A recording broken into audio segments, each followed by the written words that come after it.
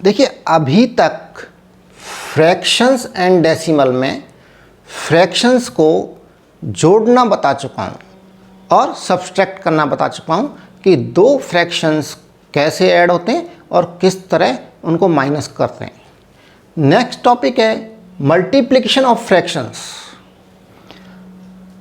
अब बताऊंगा कि फ्रैक्शंस को मल्टीप्लाई कैसे करते हैं। दो फ्रैक्शन हैं, उनको गुणा कैसे करेंगे। तो सबसे पहले फ्रैक्शन को मल्टीप्लाई करके बताऊंगा होल नंबर से। एक होल नंबर है, उसको यदि फ्रैक्शन से मल्टीप्लाई करें तो किस तरह से होगा वो। मान लीजिए एक फ्रैक्शन है 2/3 है, इसको मैं एक होल नंबर से मल्टीप्लाई करूं। मान लीजिए 2 एक होल नंबर है, ये क्या एक फ्रैक्शन है और ये क्या है एक होल नंबर है, पूरा नंबर है 1 2 3 4 5 6 7 8, ये क्या है सारे होल नंबर है। यदि इससे मल्टीप्लाई करूं तो ये 2 मल्टीप्लाई कहाँ होगा, इस फ्रैक्शन में जो ऊपर वाली संख्या से होगा या नीचे वाली संख्या से मल्टीप्लाई होगा। यही आज मैं आपको एक एग्जाम्पल दूंगा फिगर से और उससे बताऊंगा ये मल्टीप्लाई नीचे होता है या ऊपर होता है। तो इसके लिए क्या करते हैं, एक सर्किल तैयार करते हैं, एक सर्किल बना लेते हैं। ये सर्किल बन गया। यदि इस सर्किल के 4 पार्ट कर दिए जाएं बराबर हिस्सों में, 4 पार्ट कर देते हैं और एक पार्ट मैंने शेडेड पार्ट कर दिया, भर दिया है इसको कलर से, ये कलर से भर दिया है। तो ये जो शेडेड पार्ट है ये किस तरह रिप्रेजेंट करेंगे हम, किस तरह रिप्रेजेंट करेंगे। पहले क्या लिखेंगे, नंबर ऑफ पार्ट। सर्किल के नंबर ऑफ पार्ट कितने हैं, 4। इसको कहाँ लिखेंगे, डेनोमिनेटर में, number of parts. And shaded part कितना है, 1 पार्ट, इसको यहाँ लिख देंगे न्यूमरेटर पे, अंश की जगह पे। तो ये जो फ्रैक्शन है 1/4 ये रिप्रेजेंट करेगा सर्किल के शेडेड पार्ट को।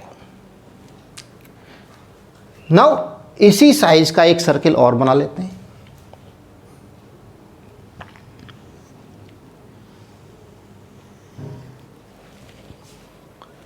इसके भी 4 टुकड़े कर देते हैं, बराबर साइज के 4 हिस्से कर देते हैं इसके।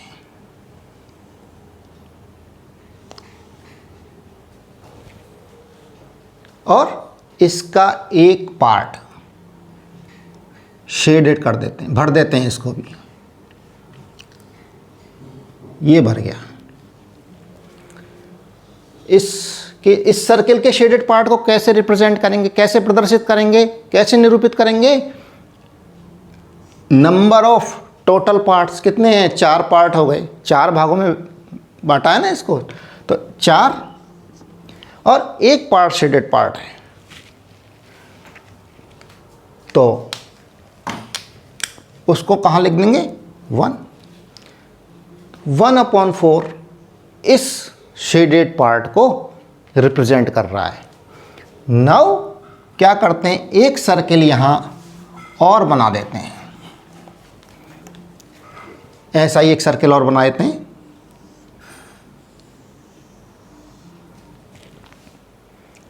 इसके भी 4 पार्ट कर देते हैं, बराबर बराबर के 4 हिस्सों में बांट देते हैं इसको। और एक इसका पार्ट इसका भी शेडेड कर देते हैं। इसका भी जो 1 शेडेड पार्ट है कैसे रिप्रेजेंट होगा, 1/4 से।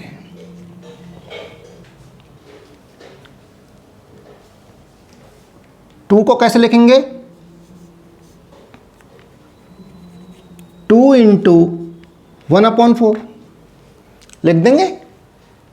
एंड 3 को कैसे लिखेंगे, 3 × 1/4 लिख सकते हैं। तो यहां लिख देते हैं 3 × 1/4। अब क्या करते हैं, इन तीनों को कंबाइंड कर देते हैं, कंबाइन कैसे करेंगे? तीनों शेडों को, 3 शेडों को कंबाइन कर दिया, किसमें? एक सर्किल बना दिया, इसी साइज का एक सर्किल बना लेते हैं।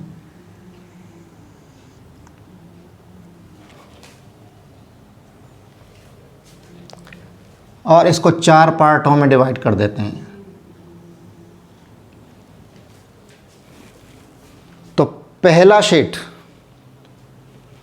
यहां पर दिया इसको,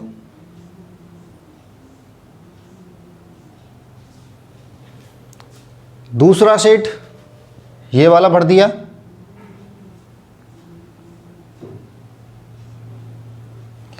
और तीसरा शेड बचा है ये भर देते हैं।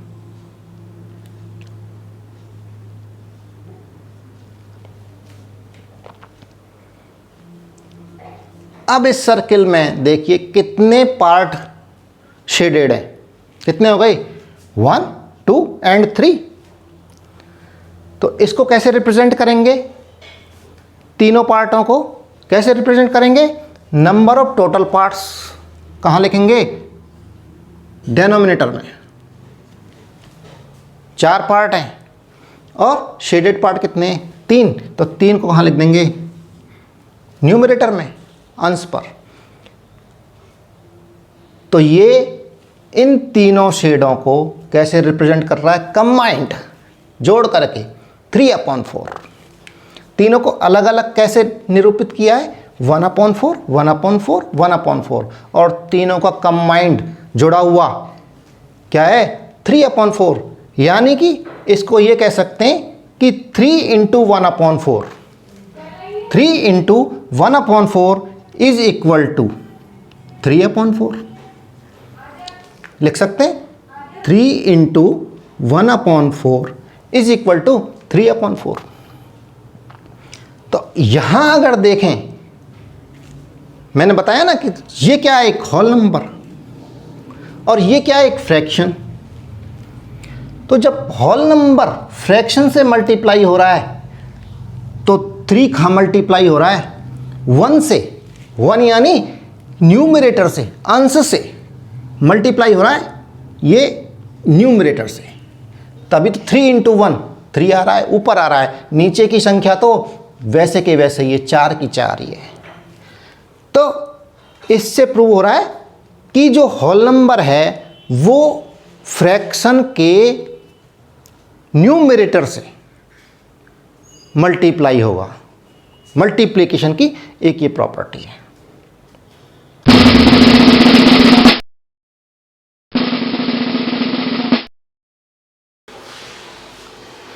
अब क्या किया है? एक बॉक्स बनाया है, एक रेक्टेंगल बनाया है, उसके 2 पार्ट करके और एक पार्ट को शेडेड कर दिया है। और इसी तरह का एक रेक्टेंगल और बना लिया, उसके भी 2 पार्ट करके, 2 बराबर पार्ट करके, 2 बराबर भाग करके एक पार्ट को शेड कर दिया। ये हो गया शेड। अब इस रेक्टेंगल में आधा भाग शेडेड कर दिया, तो आधे भाग को कैसे रिप्रेजेंट करेगा? 1/2, यानी 1 का आधा। इस तरह से लिखेंगे 1/2 ऑफ 1 लिख सकते हैं, 1/2 इसी तरह से इसमें से आधा शेडेड कर दिया, तो इसको भी कैसे लिख सकते हैं? 1/2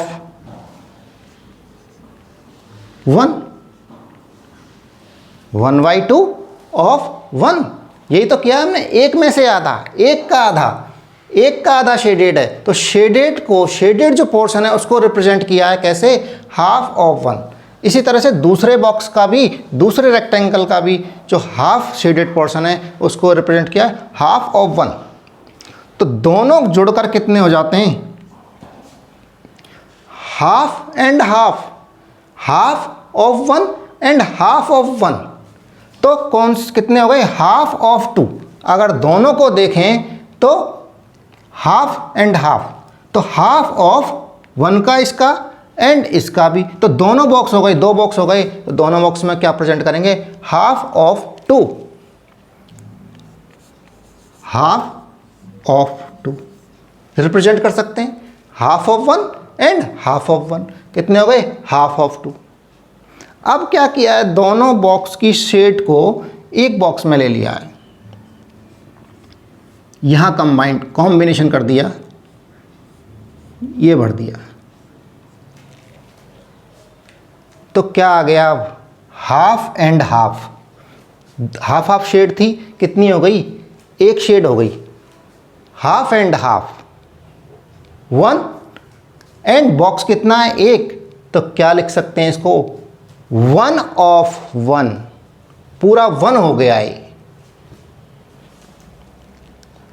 ये क्या आ जाएगा, 1, it represent 1, combination of 2 represent 1। तो अब यहां पर किस तरह लिख सकते हैं, हाफ ऑफ 2 को किस तरह लिख सकते हैं, देखिए हाफ ऑफ 1, हाफ ऑफ 1 को कैसे लिखेंगे, 1 plus half of 1 is equal to half of 2, और इसको किस तरह लिखेंगे, हाफ इंटू 2, क्या आ जाएगा, और ये किसको, ये किसके इक्वल है, 1 के।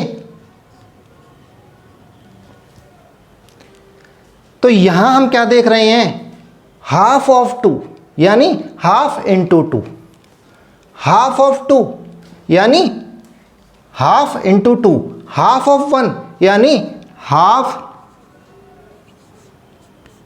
Into 1, half of 1 is equal to half into 2। तो यहाँ जो ऑफ आ रहा है, ये जो ऑफ आ रहा है ना, इसी को ही तो बताया है हमने, ये क्या है, फ्रैक्शन में ऑपरेटर की तरह काम आने वाला है, ऑपरेटर की तरह काम आता है, जैसे मल्टीप्लाई का साइन काम आता है ना, मल्टीप्लाई का साइन गुणा, इसी तरह से इसको ऑफ को काम में लेते हैं, गुणा की जगह ऑफ को काम ले सकते हैं, या गुणा की जगह ऑफ को और ऑफ की जगह गुणा काम आ जाता है।